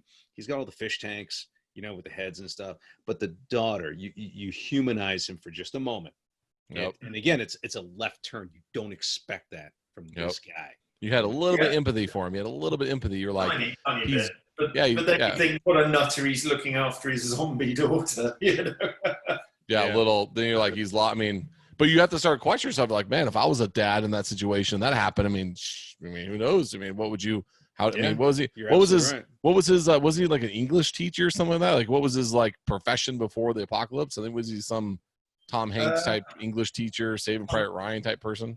Something like Yeah. I forget. I forget what the governor's backstory was. Negan was a coach, right? He was like a gym coach. Yes, yeah. Yeah. But the shall we say, the Negan arc is infinitely more. Yeah, he comes in just like another one-note villain. You know, arguably even more badass than the governor, and yet by the end of The Walking Dead, he's redeemed totally. Yep.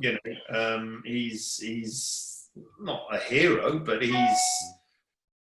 you totally understand what happened to him. You totally understand how the environment could screw you up, and he's a guy that has come out not necessarily the other end, but the levels of complexity to that character are phenomenal, and one of the best things I think we ever did was keep him alive as well. Because what I always have a problem with is and this is going across all sorts of media, whether it's in the States or in the UK or whatever, we almost I'd like to think we're all against the death penalty, but I always think this is our way of it's a bit like rollerball or whatever, getting our aggression out by seeing other people sort of beat the shit out of each other. So it's kind of all our villains have to die at the end. It's like saying, it's like a safer version of the death penalty almost. It's like saying there is no redemption to these people.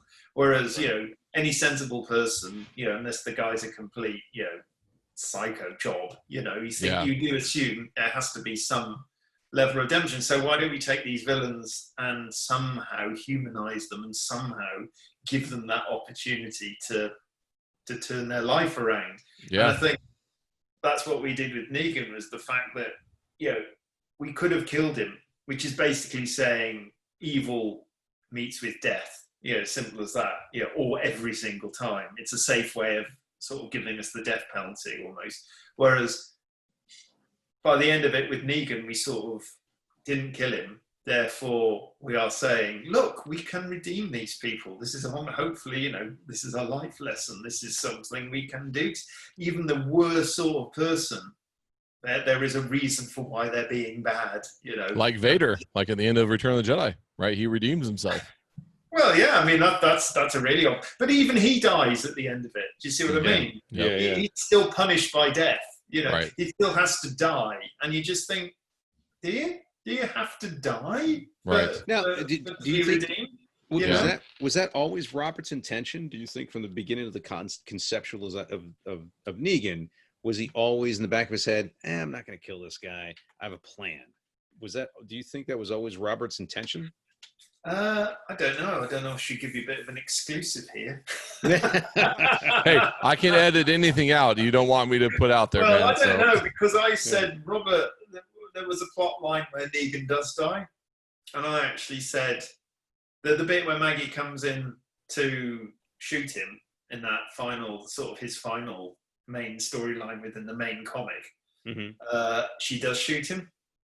And I emailed Robert back, and I didn't say don't shoot him, but I sort of just casually said, wouldn't it be funny if Maggie didn't shoot him? Because I outlined what I just said to you guys, and Robert emailed back and said, oh my God, you bastard.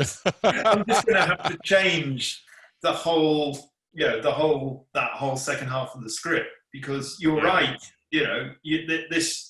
this should happen. And I was like, well, I didn't mean you to change it. I was like, if you really want to kill him, that's fine. But I was just hypothesizing and saying, wouldn't it be interesting, because we always do this to our villains, and they never just go to prison anymore or something like that. They always have to die, even in cartoons now, in the 50s or 60s Disney cartoons, the villain would not die. They'd be punished or whatever, or they'd go to prison or whatever. But modern day cartoons, even in cartoons they die, and so he was he changed it, because I kind of suggested it. So the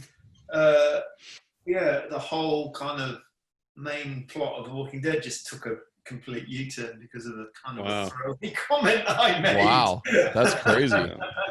So, I mean, I could almost visualize like a cut scene where you see the barrel of the gun of Maggie, you see the view looking up at Maggie, and she's got the barrel of the gun, and then you see the next picture is boom, the gun going off, but then you see her walking away, and you see that he's not dead, he's just still hunched over, right, and he's like, and she's like, there's always that as well, but I think it worked really well. I think it's a much more perfect ending, just to leave it really up in the air about what happens with that character. Sorry, just bear with me 1 second. Yeah. No, go ahead. I think it's you can edit this bit out, can't you? Oh, totally, yeah. Absolutely. Yeah. We're gonna get Robert on the phone right now, actually, while you're waiting. Get Robert on the phone. It's time for dinner. Yeah. Okay. I think Charlie's wife's calling for dinner. It's dinner time for me. What did I tell you? I just said it was dinner time. Yep, you just said dinner time. Yeah. I thought I heard Lynette sort of shout something. So no worries. We'll wrap this up quick then. So I first thoughts when you first learned Glenn had to die. It didn't shock me, and I wasn't upset because we'd already killed so many people.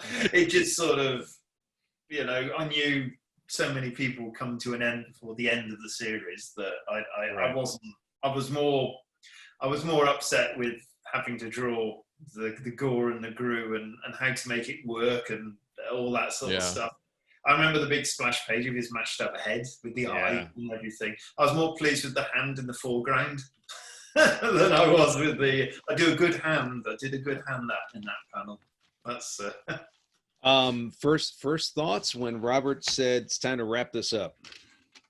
Well, it was a conversation we'd had over 4 years of wrapping it up, and I actually emailed Robert saying, I think I need to find an ending. I need to be told, we need to wrap this up at some point. That was my initial, we were obviously about 11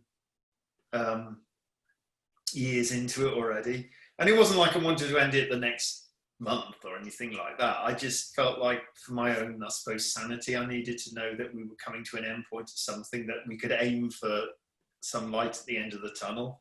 Right. And we were just about to embark on, if you're taking it into sort of massive collections, I think we were about 1 issue into the final compendium collection. And he said, how about we finish that compendium? So it was still 48 issues to go. Oh, wow. I was like, no, that's fine. I just need to know we've got something to work towards. But I also didn't realize Robert was having similar thoughts at the same time. Mm-hmm. That was the thing. He never really told me that he was like also thinking, I've only got this bit to tell and this bit to tell, and it's going to take that long and blah, blah, blah, blah, so it was kind of almost very amazing that we both had the same thought almost at the same time. It certainly took all the fans by surprise. Nobody saw that coming. Yeah, well, that was Robert's genius to suggest. He just said, let's just keep this a secret and just do.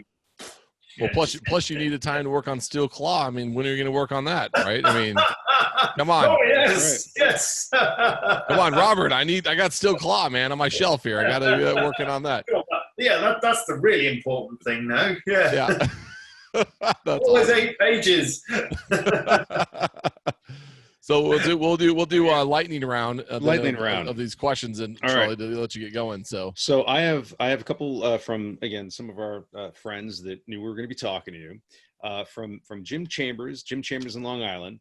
He asks, he loved your work on X-Files, which we got to do this again because there's so many things we want to talk to you about X-Files, about 2000 X-Files, Judge Dredd, so X-Men. We have to do this again, but. He asks. No, we'll definitely do it again. Don't worry. Yeah. I won't bring my son in this time. We'll shut up about Lego for the night. I got a bribe. Okay, I got a bribe.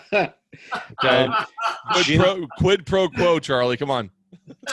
Jim wants to know how you wound up working on the X-Files. Were you a fan of the show before you drew the comic, and did you ever get to meet anyone from the show?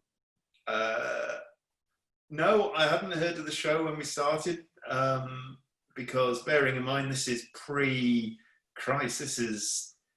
These are the primitive days of non-streaming television, and the reason I got the job was because I was already working for Topps. It was as simple as that. I'd just finished the Mars Attacks miniseries, and they thought I would be a good fit for the mood of the show. And they sent me, I think, the first 2 episodes on video cassette in the post with a bunch of still photographs of the characters. And that was my introduction to the X-Files. And that's how I progressed from that. And I got to admit, I enjoyed the show, all those 2 episodes that I saw. Yeah. I thought, oh no, I'd enjoy drawing this, back in my naive days. Scully or Mulder? Scully or Mulder? And I never met. I know they, thankfully, unlike Star Trek and various other shows, they didn't have the sort of the what you call it when they got rights on their likenesses. It was only the TV, the Chris Carter and his production company were the people that approved stuff. Thankfully, the actors didn't need to approve their own. Yeah, no kidding. Yeah. So it was a relatively simple process, because I heard so many nightmare stories on things like Star Trek where every single actor has to approve their, So yeah, no, I never met. I met the Smoking Man once at a convention. Oh, nice. And I met Deep Throat as well, not the porn actress. Okay. If you had to meet Scully or Mulder, which one would you want to meet? Scully or Mulder? Actually, probably Scully. Well, actually, probably I've forgotten her name. Who's the actress? Gillian Anderson. Yes. Yeah. Yep. She's in a lot of British television. She does a lot of that. She's originally she's not British, is she? Didn't she go to university here or something? Yeah, I think so.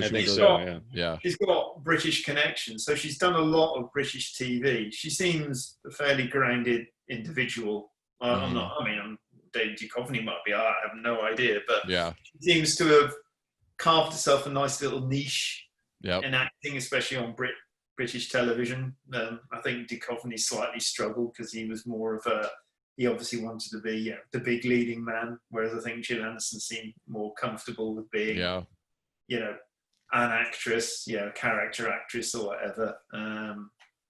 So by that pure fact, I just think she would just be a bit more, I don't know, centered. Nicer person to meet, Yeah, she did good in Hannibal. She had a couple little episodes in Hannibal. If you ever watched that show, she did a good job there. I haven't seen that yet. That's next on my bucket. She's been in quite a few costume dramas. She does do a very good English accent. She does. Yeah. Yep. So she's been quite a lot of stuff like that. So she's really good in stuff. Yeah. So, Rich, was that it? All right. One more? I got 2 more questions. Spencer Levy from Sarasota, Florida wants to know, if there was actually a zombie apocalypse, how long do you, Charlie, think you would last, and what is your weapon of choice? I would literally last for a couple of seconds, I reckon. That'd be rubbish. Jesus Christ. Yeah. I have no weapons in this house. The deadliest weapon would be a craft knife. Or a big Lego set. Throw Lego the superstars. Yeah. There you go. I'll do some damage. But I'll just no. But just to let that guy know, it's not going to happen. I know, right? I know. We're in a pretty much apocalyptical setting now. Ironically, exactly. We're currently in month 39. Apocalypse would have been so polite. Yep. Yeah. Contagion, the movie, never actually transpired. Everybody. No, never actually happened. No, we're not having rioting on the streets. There's not fires burning. Okay. I'm in sleepy little Shrewsbury and sleepy county of Shropshire here, but right. I'm not going in. I'm not walking through town and there's upturned cars and those tin bins with fire coming out of them and loads of homeless people. I mean, Wait dogs. 10 minutes. Wait 10 minutes because people don't like to wear those masks, and that's what's coming next. I have to wear my mask and flip the car over and start the street on fire. Oh yeah, don't even get me started, man. We just got our guidelines for our kids going back to school in the fall, and I'm like, parents here are losing their shite right now because of that. So Really? yeah, That's full. That's not because a lot of our kids are going back in June. Yeah, ours are going back in July, August. We're all year here, so July. But yeah, no, the CDC published the guidelines, and it's just absolutely horrendous. It's like every kid wears a mask. No kids can do recess. No cafeteria. No field trips. None of that stuff's all gone. I'm like, that's a little extreme. So it's not just that. It's like, what's the point of going? You might as well just carry on with home. Carry it at home, and yeah, exactly. Homeschooling, Zoom. I mean, Google Classroom. But yeah. No. Well, we have been very lucky here because my two my eldest has left school, unfortunately. So he's one of the unlucky ones where there was no party, no big goodbye, blah, blah, blah, blah. Yeah. But they do go to private school here, and they have been really good at the, online stuff, because I've heard other schools they just get set work and that's it, get on with it, whereas Cal, that's literally every single hour is a designated slot and he's in our kitchen working diligently. It's literally like school time, so they have been really good.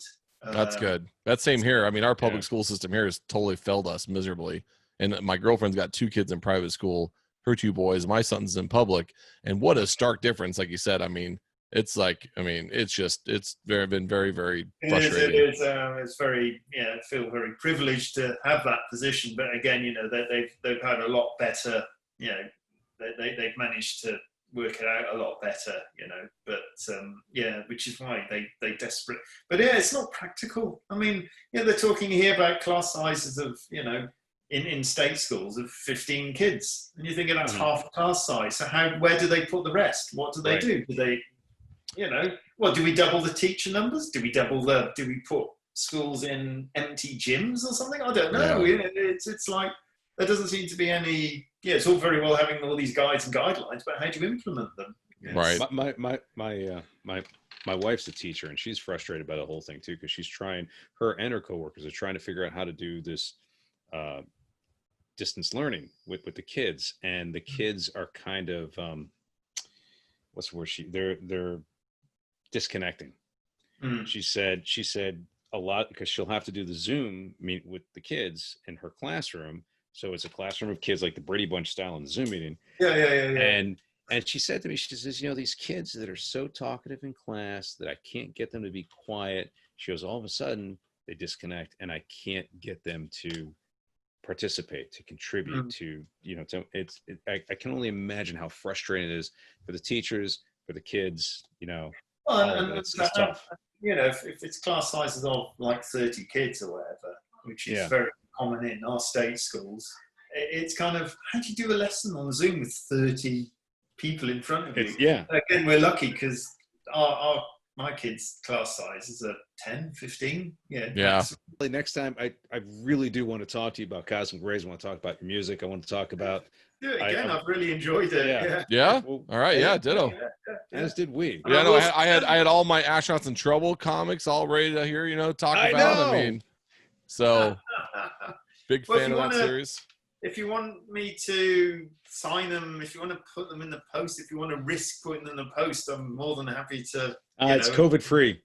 He only has COVID free stuff. I'll put it in there with one of these guys. How's that sound? I will some beer and we're gonna send you some really good IPA from the States. I'm gonna send you some really good. I'll send you a couple of LPs.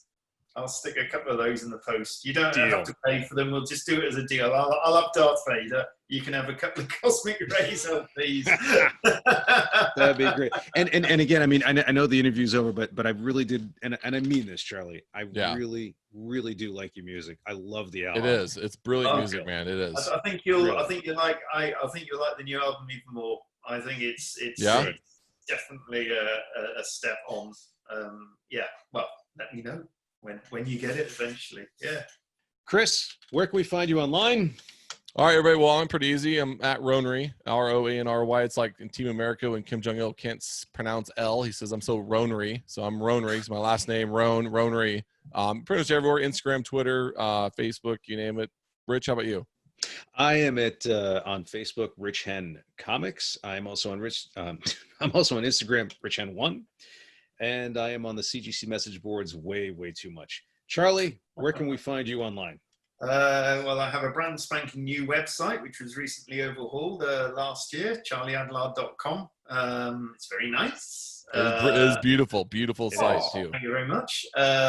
And yeah, Twitter, Facebook, Instagram. Simples. That's right. Good job I've got the name Adlard, because you can't, there ain't any others. That's right. Yep. Hey, and last thing, this is more for me than anyone else because this will be edited out. I was looking at your website. I got to say, I really liked your portfolio with the timeline models. Yeah, the models. I was going to ask, is that all models. pastel? Oh, all the life drawing. Yeah. Drawing. Is that all pastel? Actually, all the color stuff is digital. Okay. That's done on the iPad on Procreate. Beautiful. There's a couple of watercolors which were obviously physical. So the watercolor ones are obviously watercolor. Anything on a colored background basically was digital. And then obviously there's the normal pen and ink or pencil drawings. Right. Yeah, I mean, I've got a book. I did a book as well. A life drawing. Shit. Wow. Yeah, I'll put one in the post. I'll get a package together and send all this off. I'll put one of those in as well. But that's awesome. Yeah, I mean, obviously, I haven't been able to do it for quite a while. But yeah, it's simple. It's a change is as good as a rest doing life drawing. Yeah. I really enjoy it, and it's they're very beautiful. Thank you. It's such a different discipline, and yeah, I really enjoy it. I almost wish I could draw like that for comics as I draw, but it something in me has to tighten up when I'm drawing comics, whereas life drawing I can be really loose and it looks really exciting and really vibrant. And yet, as soon as I put pen to paper thinking, I'm going to draw like that, it's like, no, it's again. No, and the site, tell you honestly, just true, genuine. I mean, I'm a tech geek, and the design kind of, and I appreciate the design stuff online, and the about page you have with the timeline, the vertical timeline, kind of showcasing your portfolio. I haven't seen that before, and it's a great idea. I mean, it's genius. It's good. I mean, that's all down to the people that actually design my website. They're really good. There's a local guy, and he's really good. But it was brilliant. Brilliant. Yeah, I kept saying to myself, I just want really clean. I love dead space. Minimal. I love negative space. I want that sort of minimal look. Let's try and keep it away from zombies because that's all in the past now. Yep. And that was their suggestion. They said they've done that as a graphic design, website design agency. I've done it for other websites, and it was like, really nice. Really nice sort of thing to do. I'll definitely point more artists to that site though, because like I said, that's the first time. Whenever you look someone up and you want to get some details on their portfolio and history, it's a nice, simple way of doing it. It's like Wikipedia. You're like, God, it's like a novel. I'm like, what are you trying to find? What? I'm a big visualization person too, so I love BI business intelligence, visualization, data. Right. So that's a brilliant way of doing it. So well done. Well, next time we chat, we'll have a talk about design because I've got a lot to say on that as well. Oh, good. That'd be fantastic. Yeah. So really go eat dinner before your wife kills you or kills us. I know. So we had your thank you, Charlie. Yeah. To blame all Rich. It's all Rich's fault. Just tell her it's all Rich's fault. I got big shoulders. That's fine. Well, Charlie, Charlie, thank you so much. You too, No pal. worries. Thank you, Charlie. I'll talk to you Cheers. soon. Cheers. Take care, pal. Take care. Bye. Bye.